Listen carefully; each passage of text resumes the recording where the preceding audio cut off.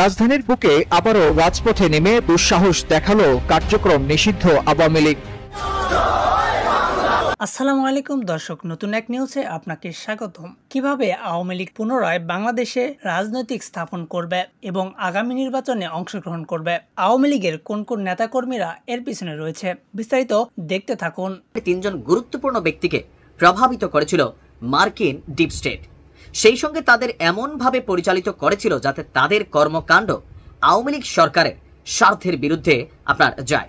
সেই তিনজন হলেন শেখ হাসিনার বেসরকারি শিল্প এবং বিনিয়োগ উপদেষ্টা সালমান এফ রহমান, আইনমন্ত্রী আনিসুল হক এবং তথ্য প্রতিমন্ত্রী মোহাম্মদ এ আরাফাত। নর্থ ইস্টের প্রতিবেদনটি বলছে, শিক্ষার্থীদের আন্দোলন ঠেকাতে শেখ হাসিনার সরকার এবং আওয়ামী লীগ কেন ব্যর্থ হয়েছিল তার বিশ্লেষণে বেরিয়ে আসে এই তিনজনের রহস্যজনক ভূমিকা, যা মার্কিন ডিপ স্টেটের লক্ষ্য এবং উদ্দেশ্যকে এগিয়ে নিতে ভূমিকা রেখেছিল। প্রতিবেদনটি বলছে, আরাফাত তার পশ্চিমা যোগাযোগ কাজে লাগিয়ে বিদেশে পালিয়ে গেছেন। আর নাম প্রকাশ না করে আওয়ামী লীগের একাধিক সূত্র বলছে, হাসিনা সরকারের শেষ কয়েক সপ্তাহে সালমান এফ রহমান, আনিসুল হক এবং আরাফাত এমন কর্মকাণ্ড করছিলেন যা সামগ্রিকভাবে সরকারের, বিশেষ করে তৎকালীন প্রধানমন্ত্রীর স্বার্থের ক্ষতি করেছে। শেখ হাসিনার মন্ত্রিসভার একজন জ্যেষ্ঠ মন্ত্রী বলছেন, দরবেশ নামে পরিচিতি পাওয়া সালমান এফ রহমানের সাথে মার্কিন কর্মকর্তাদের বৈঠকের বিষয়টিতে তিনি অবহিত ছিলেন। দরবেশ কার্যত শেখ হাসিনার কাছ থেকে তাদের দূরে সরিয়ে রেখেছিল। সেই আওয়ামী লীগ নেতাকে উদ্ধৃত করে নর্থ ইস্ট লিখছে, তারা কমপক্ষে 2023 সাল থেকে বাংলাদেশে এবং বিদেশে দায়িত্বরত এবং অবসরপ্রাপ্ত মার্কিন কর্মকর্তাদের সঙ্গে সরাসরি যোগাযোগ রাখছিলেন। ওই তিনজন যে বিশ্বাসঘাতকতা করতে পারেন শেখ হাসিনা কখনোই তা সন্দেহ করেননি এবং এখন তিনি তা হারে হারে অবগত আছেন। আওয়ামী লীগ নেতাদের সঙ্গে কথা বলে যুক্তরাষ্ট্রের কথিত তৎপরতার সূচনা নিয়ে দুই রকম তথ্য পাওয়ার কথা লিখেছে নর্থ ইস্ট নিউজ। একটি পক্ষ বলছে, 2018 সালে নির্বাচনে আওয়ামী লীগ টানা তৃতীয় মেয়াদে ক্ষমতায় ফেরার পর থেকে মার্কিন ডিপ স্টেট বাংলাদেশের ক্ষমতার পট পরিবর্তনের পরিকল্পনা নিয়ে মাঠে নামে। আরেকটি পরিকল্পনা পক্ষ বলছে যে সেই পরিকল্পনা কার্যকর করা শুরু হয়েছিল 2023 সালের এপ্রিল মে মাসে, যখন যুক্তরাষ্ট্রের পররাষ্ট্র দপ্তর এবং ঢাকায় তখনকার মার্কিন রাষ্ট্রদূত পিটার ডি হাস, দক্ষিণ এবং মধ্য এশিয়ার সহকারী পররাষ্ট্রমন্ত্রী ডোনাল্ড লু নির্বাচনের ব্যাপারে প্রকাশ্যে আলোচনা করছিলেন। 2022 সালের 2রা জুন ভারতের একটি কেন্দ্রীয় গোয়েন্দা সংস্থার বরাতে বলা হচ্ছে যে ওই প্রতিবেদন বলছে, মার্কিন রাষ্ট্রদূত পিটার ডি হাস, যিনি বাংলাদেশকে বারবার গণতন্ত্র পুনঃপ্রতিষ্ঠার প্রয়োজনের কথা মনে করিয়ে দিচ্ছেন, তিনিও শেখ হাসিনার সরকার উৎখাতের বিস্তৃত পরিকল্পনার একটা অংশ বিশেষ। 2023 সালে সেপ্টেম্বরের শেষে শেখ হাসিনা যখন যুক্তরাষ্ট্র শেষবার সফর করেন, তখন তিনি বুঝতে পেরেছিলেন যে মার্কিন ডিপ স্টেট তাকে ক্ষমতা থেকে উৎখাত করতে চাইছে। সেই সময় দলের ঘনিষ্ঠ নেতাদের সাথে একাধিকবার বৈঠক করেছিল শেখ হাসিনা। তার সরকারের সামনে 6টি জটিল সমস্যার কথাও তিনি তুলে ধরেছেন, যেগুলো মার্কিন চাপ থেকে উদ্ভূত। এর মধ্যে ছিল কোয়াডে যোগদান, GOSMI এবং ACS চুক্তিতে স্বাক্ষর, আমেরিকান কোম্পানিগুলোকে 26টি তেল এবং গ্যাস সমৃদ্ধ অঞ্চলে অনুসন্ধান এবং উত্তোলনের অনুমতি দেওয়া, মার্কিন বার্মা অ্যাক্ট অনুযায়ী মিয়ানমার সীমান্ত সমস্যার সমাধানের মতো বিষয়।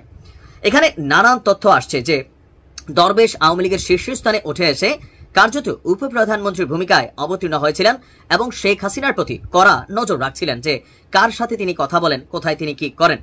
2023 সালের এপ্রিল মে মাসে শেখ হাসিনা যখন জাপান এবং যুক্তরাষ্ট্র সফর করেন, ওয়াশিংটন ডিসিতে তিনি থাকলেন রিটস কার্লন হোটেলে, কিন্তু দরবেশ সেই হোটেলের বদলে সেন্ট রেজিস হোটেলে ওঠার সিদ্ধান্ত নেন। বিশাল লম্বা চূড়া এক বক্তব্য। এখানে ধাপে ধাপে কি বলা হয় যে সালমান এফ রহমানের, আরাফাতের, তারপর হচ্ছে আনিসুল হকের, তিনজনের কৌশলে আওয়ামী লীগ সরকারকে বিভ্রান্ত করা, তারপর হচ্ছে যে বড় বড় সিদ্ধান্তগুলোতে শেখ হাসিনার চোখে ছানি দেওয়া, আরও যেই কলা কৌশলগুলো আছে সেখানে তারা ভূমিকা রাখছিলেন। ভারত ওই সময় শেখ হাসিনার প্রতি নাখোশ ছিল, কারণ তাদের বিচারে ওই সময় তার চীন সফরটি কৌশলগত ভুল সিদ্ধান্ত ছিল। পত্রিকাটি লিখছে, আওয়ামী লীগ নেতারা মনে করছে শেখ হাসিনার বিচ্ছিন্নতার একটি গুরুত্বপূর্ণ কারণ ছিল 8 থেকে 10 জুলাইয়ের বিপর্যয়কর চীন সফর।